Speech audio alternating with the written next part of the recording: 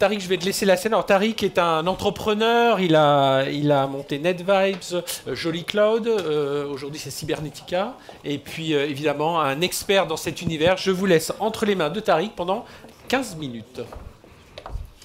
Alors, bonjour à tous, merci de m'avoir invité, effectivement. Je vais essayer de vous parler d'IA avec un regard un peu différent. Alors, j'attends ma présentation, j'espère qu'elle va arriver. Ce sera une présentation plutôt positive. Dans quelques heures, j'en fais une autre sur la géopolitique de l'IA et celle-là est un peu moins drôle. Le point de départ, en fait, de cette présentation, c'est une conférence que j'ai faite à Istanbul, une conférence d'art numérique où on se posait la question l'homme veut coloniser la machine. Est-ce que c'est pas plutôt l'inverse? Est-ce que c'est pas l'IA qui est en train de nous coloniser? Et donc, un des sujets, moi, qui me passionne, ou je dirais qui me hante en ce moment, c'est de savoir si l'utilisation à long terme de l'intelligence artificielle est quelque chose qui va augmenter nos capacités culturelles ou au contraire les diminuer. Alors, pour être assez rapide, si vous n'avez pas suivi ce qui se passe depuis quelques années, en gros, on est passé d'un monde déterministe, et ça c'est fascinant, c'est-à-dire où les mêmes conditions initiales donnent les mêmes résultats, avec un monde non déterministe. Vous prenez le même prompt sur ChatGPT ou sur n'importe quelle IA générative, vous avez des résultats différents. On est passé des algorithmes, où les données étaient en paramètres, à des modèles, où les données, désormais, servent à de l'apprentissage. Et on est passé des IA prédictives, ce qu'on appelait l'IA il y a juste 5-6 ans, basée sur des données, à de l'IA générative qui elle-même est basée sur de la culture, parce que désormais, on ne s'intéresse pas aux lettres, mais on s'intéresse aux mots, aux phrases. Et donc, dès qu'on a des phrases, c'est de la culture. Alors, une des raisons pour lesquelles je pense que l'IA est essentielle, c'est qu'on est non pas dans un effondrement démographique, mais dans un effondrement démographique des compétences, puisque, comme vous le savez bien, la génération des baby-boomers est en train de partir en retraite. Les Gen X et les millennials, on parle toujours des millennials qui sont des gens très jeunes, mais maintenant les plus âgés des millennials ont 44 ans, donc ça commence à faire. Et on a une nouvelle génération qui arrive, les zoomers. Et le problème, c'est que c'est une génération qui va être moins nombreuse, moins de gens pour faire le boulot, moins qualifiés, et surtout moins motivés. J'avais un ami qui me parle en ce moment, on dit qu'on est passé du work hard, play hard, où on a une négociation à l'avance des efforts que l'on va faire. Et donc, moi, en tant qu'entrepreneur, très brièvement, il y a deux choses qui me définissent. La première, c'est que j'ai monté 2 sociétés où j'avais monté avec des profils extraordinaires. On était, je ne vais dire pas un combat armes égales, mais en tout cas un savoir-faire égal avec Google. J'ai appris énormément de choses sur ces 2 combats. Le premier, c'était un combat assez difficile parce qu'on gagnait la bataille des narratifs. Et puis ensuite, Google a utilisé l'arme atomique. Ils ont mis leur équivalent de NetVibes sur leur page d'accueil. Et donc, évidemment, c'était difficile. Et avec Jolly Cloud, je me suis beaucoup intéressé à la question des puces. Et depuis, en fait, il s'est passé quelque chose, c'est qu'on est passé du web 2.0 au monde des GAFAM, et je me suis retrouvé en chômage technique, puisque moi, ce que j'aimais, c'était faire des applications, et le web est devenu fermé, le mobile est devenu fermé, et le cloud est devenu fermé. Et un autre sujet un peu plus difficile, c'est que le 13 novembre, où il y avait une chance que je ne sois pas là parmi vous, m'a fait comprendre qu'on a changé d'époque. On est passé... en tout cas pour moi, d'un numérique qui était très optimiste à quelque chose qui est devenu très incertain. Je parle désormais de numérique de l'incertitude. En fait, on a changé. Hein. Le modèle où on avait des gens, des blogueurs, des gens qui faisaient de la transformation digitale, ce modèle est mort. Aujourd'hui, on est vraiment dans un monde avec des vrais méchants. Ça veut dire que tout ce qu'on faisait avant, à gauche, là, qui était super, dès qu'on faisait les choses, on avait tout était bien, on faisait du cloud, c'est super, on fait... Sauf qu'aujourd'hui, tout ce qu'on fait aujourd'hui, c'est des problèmes. Extraterritorialité, cybersécurité, etc., etc. Et en fait, avec Cybernetica, donc, et ce sera le seul moment de promo, moi, ce que j'essaie de voir, c'est comment naviguer dans ce monde en gardant des yeux d'entrepreneur. Une chose qui me fascine, c'est que sur les 550 boîtes que je connais en Ukraine, aujourd'hui, il y en a 450 qui continuent d'opérer. malgré les bombes, malgré les cyberattaques, malgré le fait que il n'y a pas de GPS qui fonctionne en Ukraine. Et donc, c'est ces choses qui m'intéressent. Évidemment, une des autres choses qui m'intéresse, c'est à chaque fois d'entendre pourquoi l'Europe est en retard. Et pour moi, la question, ce n'est pas que l'Europe est en retard, c'est qu'on n'adresse pas les vrais problèmes, nos vraies limitations. Il y a 3 principaux blocages. Le premier, qui est celui que j'ai vécu, je dirais, c'est qu'on est désormais prisonnier d'une architecture qui est fermée, qui est monopolistique. On peut parler de souveraineté numérique, mais je le vois un peu différemment. C'est en fait, quand on veut faire des choses complexes, et chacun d'entre vous ici travaillait sur les choses complexes, il faut les outils, les moyens de le faire. Quand vous regardez cette puce, ça c'est un B200, c'est la dernière puce de NVIDIA. Ça a coûté 10 milliards à fabriquer. C'est une des choses les plus complexes au monde. C'est pour ça que ça a de la valeur. Pourquoi Tesla avait de la valeur? Ce n'est pas parce que c'était des choses simples, c'est qu'ils ont choisi des problèmes très complexes, construire leur batterie. Et donc on ne peut pas en fait construire des choses complexes dans un monde qui a été entre guillemets simplifié pour nous. Le deuxième sujet que vous connaissez évidemment, c'est la question des algorithmes. On est prisonnier aussi des narratifs sur des plateformes qu'on ne contrôle plus. On peut parler de narratifs politiques, mais aussi de narratifs d'entreprise. Combien d'entre vous ont dû se poser la question, comment fait-on? On a une campagne de désinformation.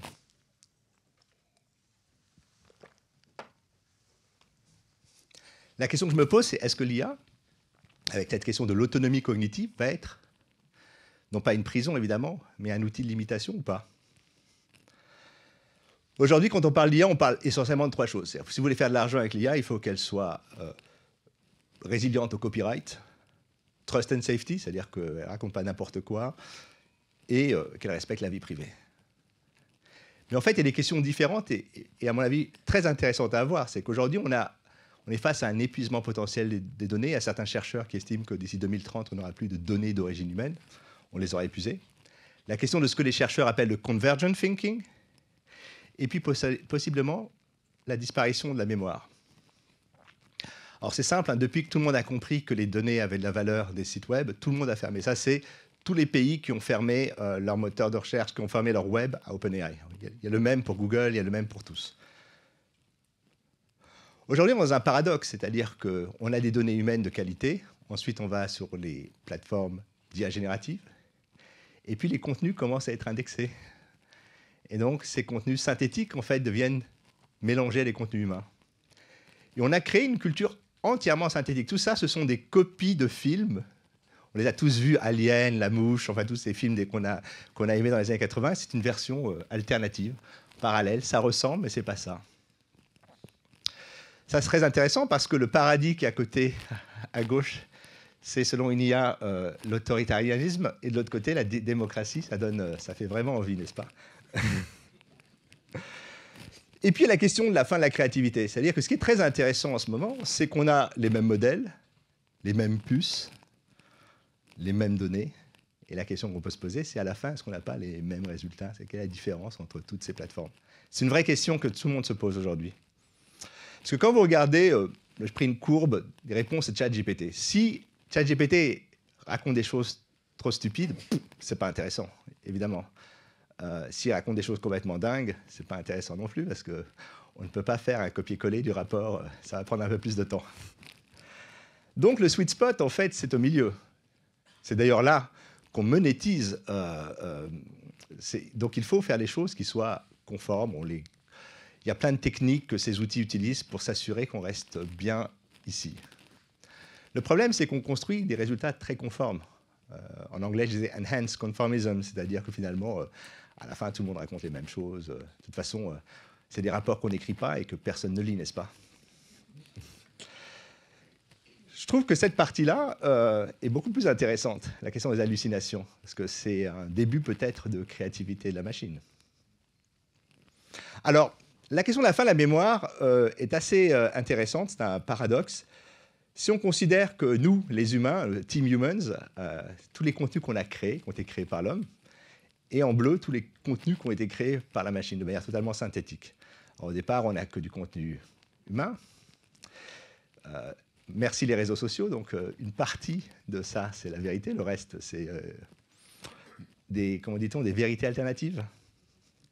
Et puis, au fur et à mesure, la part de contenu synthétique augmente.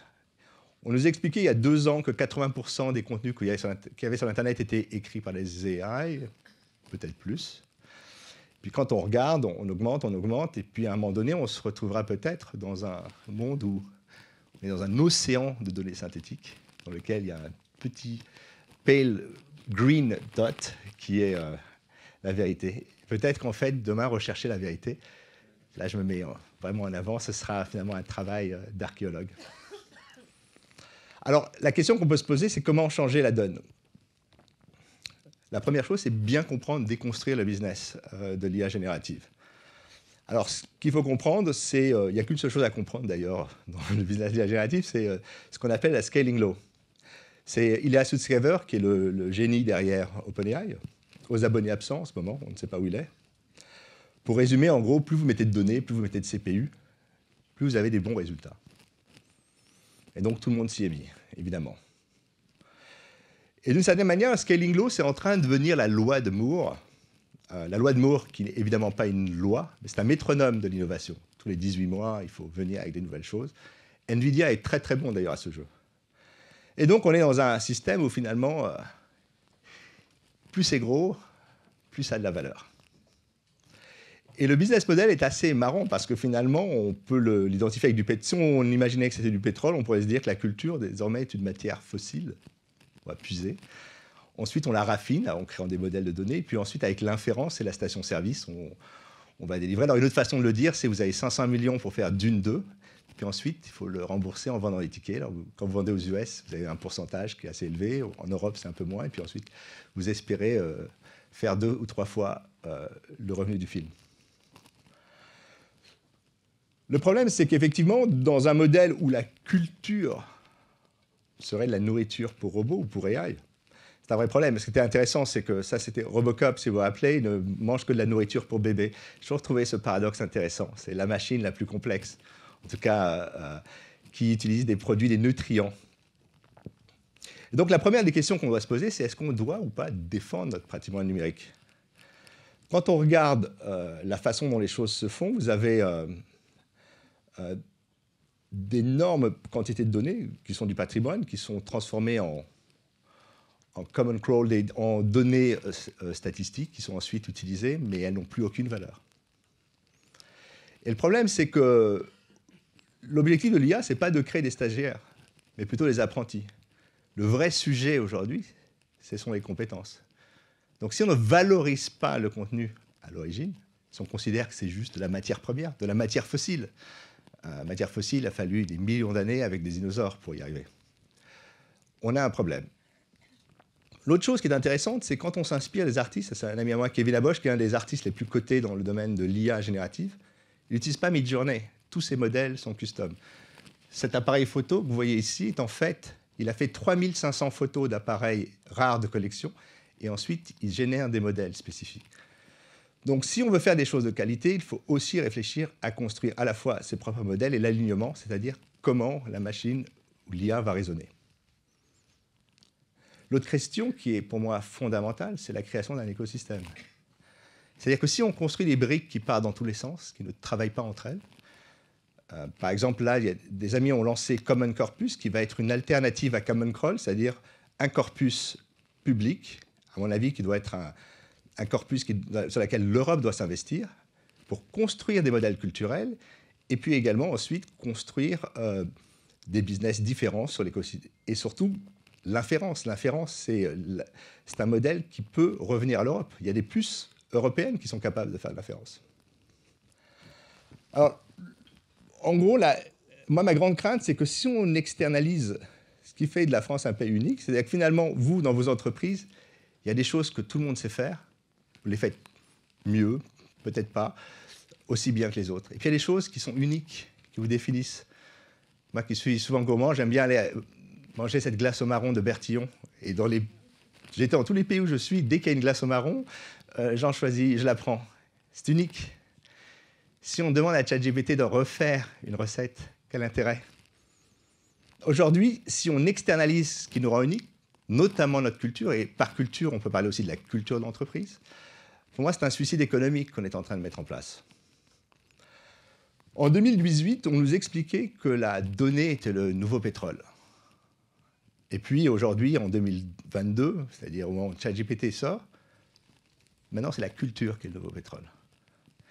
Et la question qu'on peut se poser, c'est qu'effectivement, si la culture est le nouveau pétrole, alors l'Europe est un paradis. Merci beaucoup.